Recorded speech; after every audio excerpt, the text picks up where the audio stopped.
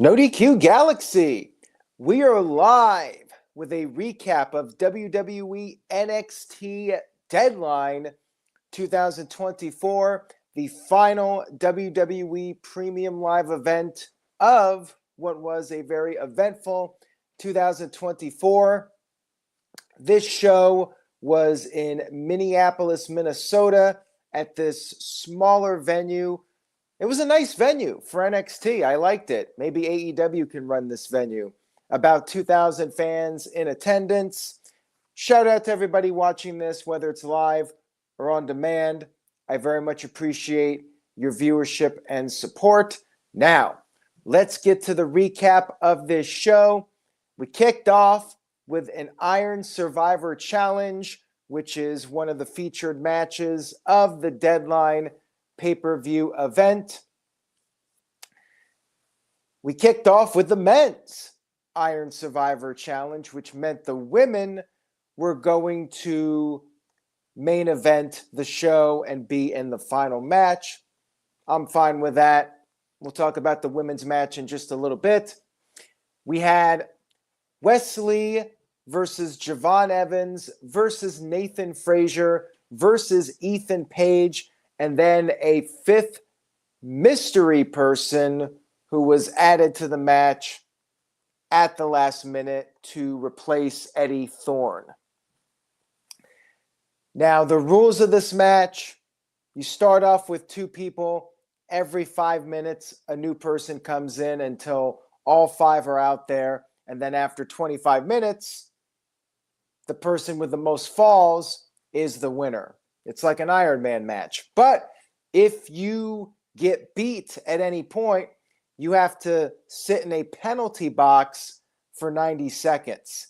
A little bit of Iron Man, a little bit of the old King of the Mountain match from TNA with the penalty box.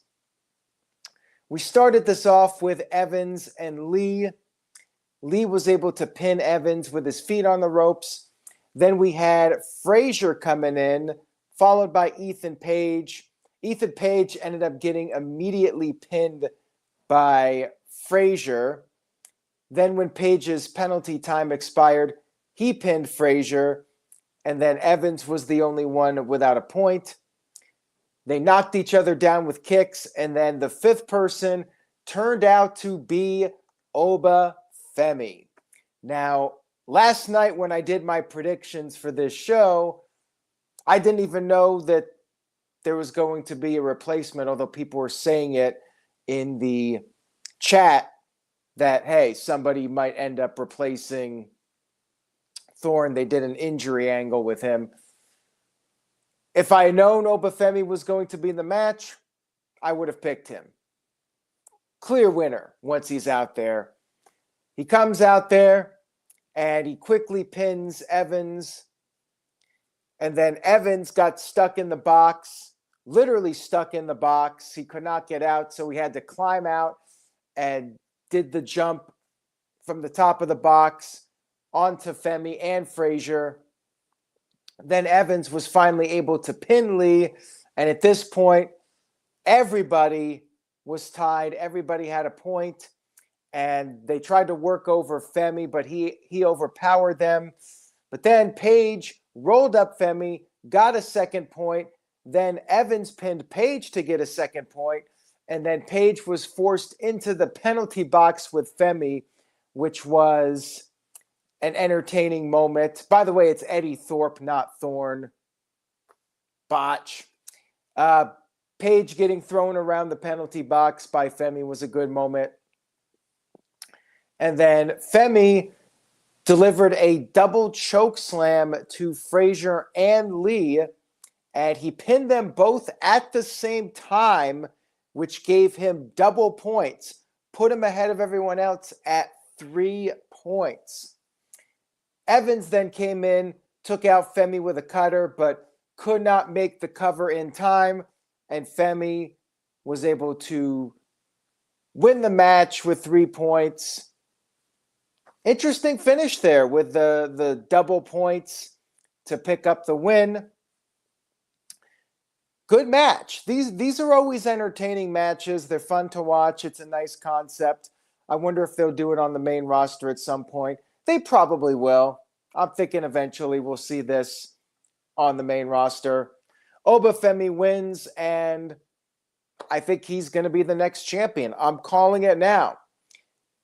We know WWE is planning a superstar shakeup, and they specifically mentioned NXT being involved. I'm thinking it's time.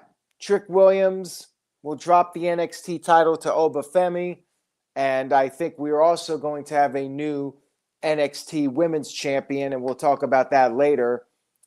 I think Roxanne Perez is probably dropping the title, and then she will also be going to the main roster sometime in early 2025.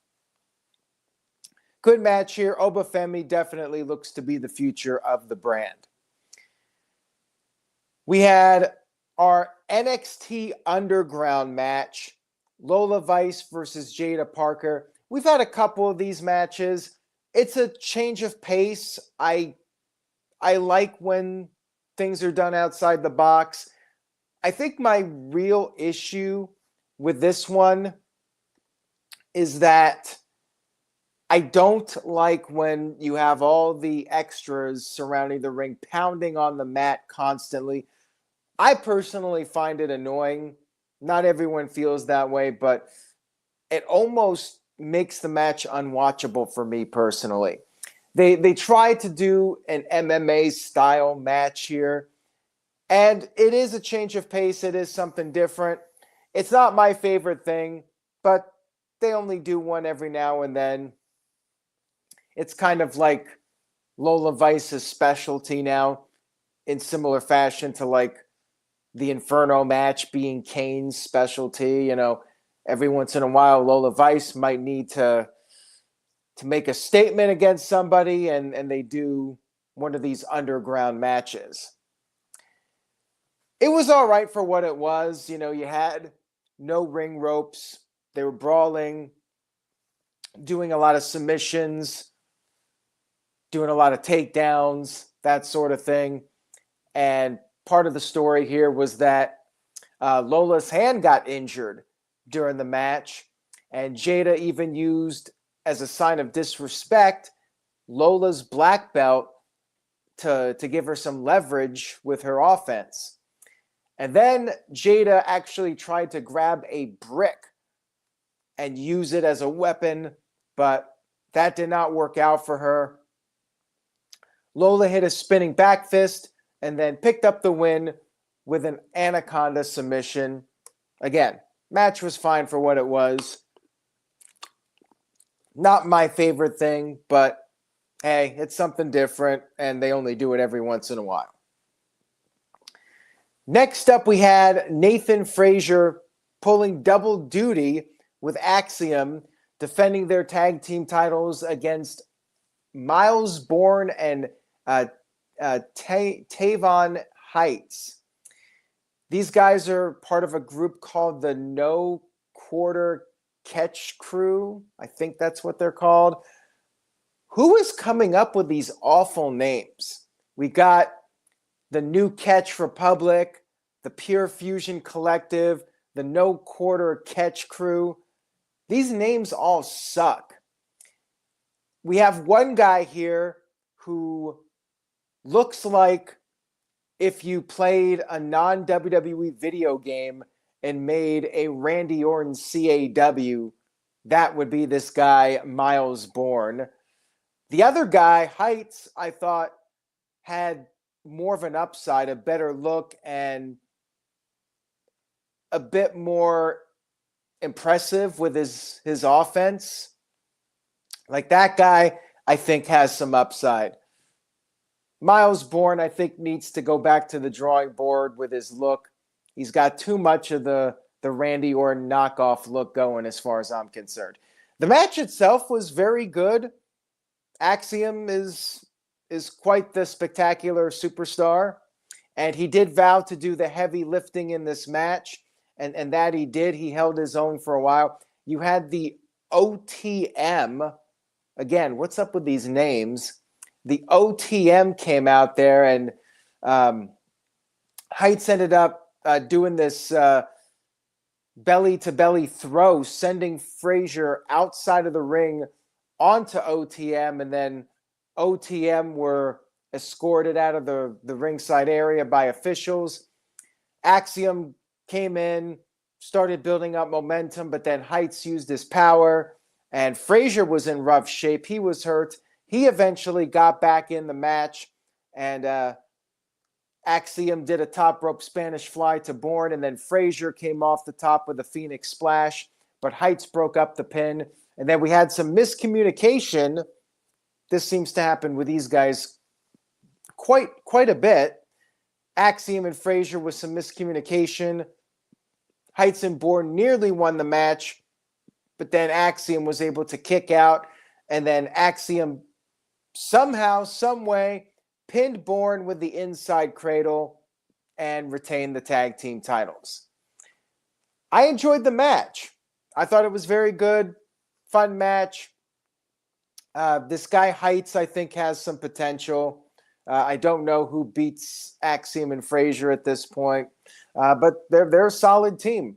I don't know how far they would go on the main roster. They kind of give me a Paul London and Brian Kendrick vibe, which means they're entertaining, but I don't know how far they'll go long term on the main roster, especially when you have guys like the Motor City Machine Guns. But those guys are basically veterans at this point. You know, they came into WWE late. I could see Axiom and Frazer maybe in a few years be in that solid undercard tag team on the main roster that has some good matches. And we'll see about the others. We'll see what happens with Heights. Next up, we had Trick Williams defending the NXT World Championship against Ridge Holland. Match was fine. Didn't really feel like your great NXT World Championship matches. The thing about Trick Williams is when he's in there with like Dragunov or somebody like that, he can be in a main event caliber match, or like Carmelo Hayes. But so far, I feel like Trick really hasn't been able to carry a world title match and really make it next level. But he does have the star presence, and you could argue maybe he should spend some more time in NXT. I could see that, but I do think Obafemi is going to beat him for the title. In this match, we had the injury angle with Trick. His neck was messed up, and of course, Ridge Holland, being the master of hurting people's necks, he exploited it. He took advantage of it, and Holland worked it over for a while, put on a crossface, but Trick was able to fight out of it, and then Trick busted out the bookend. Holland kicked out of that, and then Trick's neck got caught in the ropes. I thought that was a really, really cool spot here to do, to play off of the neck injury, having his neck caught in the ropes, you know, like what happened with Mick Foley and all those matches is Cactus Jack and Mankind. And Holland went for his DDT. Trick managed to kick out. And then, of course, Trick did recover and pick up the win with the Trick shot. No surprise here. Did not see Ridge Holland winning this one. Match was good, but it felt more like a TV match than a premium live event match. And this is supposed to be for your world championship. Moving on here to the main event of the evening, the Women's Iron Survivor Challenge. So Ruca versus Zaria versus Stephanie Vaquer versus Giulia versus Wren Sinclair, who's also part of that no quarter catch club or whatever the hell they're called. And I agree with Michael Wayne. One woman did not fit in here. I mean, you have the other four, which I think all of them have huge upsides. And Wren Sinclair, she's just all right. I've never really seen her wrestle before. She was okay, but to me, doesn't really stand out. I think she was basically in this match to be the punching bag, as Michael Wayne put it. You know, you got to have somebody in there taking the falls. I think that was her purpose in the match. Now, same rules, 25 minutes, 2 starting, a new person every 5 minutes. If you get beat, you're in the penalty box for 90 seconds. Giulia and Wren started the match, and then Ruca was the next one to enter. The three of them went at it for a while, and then Giulia got the first point, pinning Wren with a Northern Lights bomb, and then Zaria came out next, and then Sol hit a double Soul Snatcher, which is a great finisher, to both Giulia and Zaria, but then Wren left the penalty box. Sol took advantage, immediately pinned her and got a point. Then Sol and Giulia worked together to powerbomb Zaria through the announce table. And then Stephanie Vaquer came out there as the final participant. All of them looked great. And I definitely think Sol can be a major star. Like, she just has a great look, very athletic, just has some natural charisma. I think this may be a take, but I think she has the potential to be the biggest star of everyone in this entire match. And this includes Giulia and Stephanie. I say this because I think when it comes to promos, she might have the best shot to do well, considering that she is a person that can speak English a little bit better. I think that will work in her favor in WWE when it comes to cutting promos. You know, the language barrier is not going to be an issue for her as with the others. But Giulia is great. I mean, she had a fantastic showing in this match. And we had Zaria pinning Giulia with an F5, getting her first point.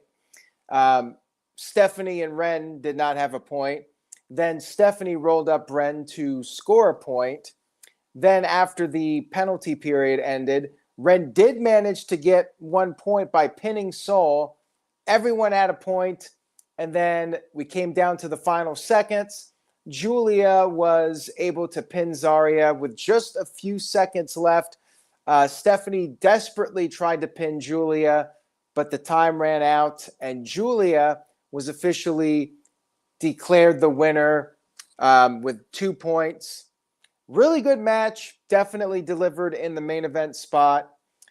Giulia is obviously going to be a big star, and I'm calling it. I think she will be the next champion. I think she'll be the one to dethrone Roxanne Perez, which is what I figured. From the moment she debuted in NXT, she seemed to be the one that would be the next champion and the woman that they would build the division around in 2025. So strong match to close out the show. NXT was solid.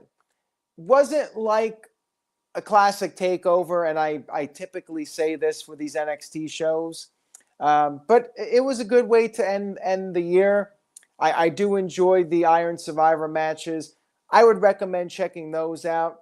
The rest of the show, to me, was skippable. I'd probably go with a B-, not a blowaway show by any means, but it was an enjoyable watch. Not too long of a show, just over 2.5 hours, 5 matches. No real surprises or anything, but I did enjoy it. And I think the Iron Survivor matches are entertaining. And one day, it'd be nice to see some of the main roster stars in one of these matches. That's all I got for NXT. I hope you guys enjoyed the recap. If you did, please give this video a thumbs up. Stay tuned to NoDQ.com for the very latest wrestling news and rumors as the year winds down. We got one more big show, though. Well, 2 more. We got Saturday night's main event coming up next Saturday, and then end of the month, we got AEW World's End. Stay tuned to NoDQ.com for coverage of both of those events. And of course, I'll be doing the live recaps. NoDQ.com/YouTube. Say yes to NoDQ, and I will see you all next time.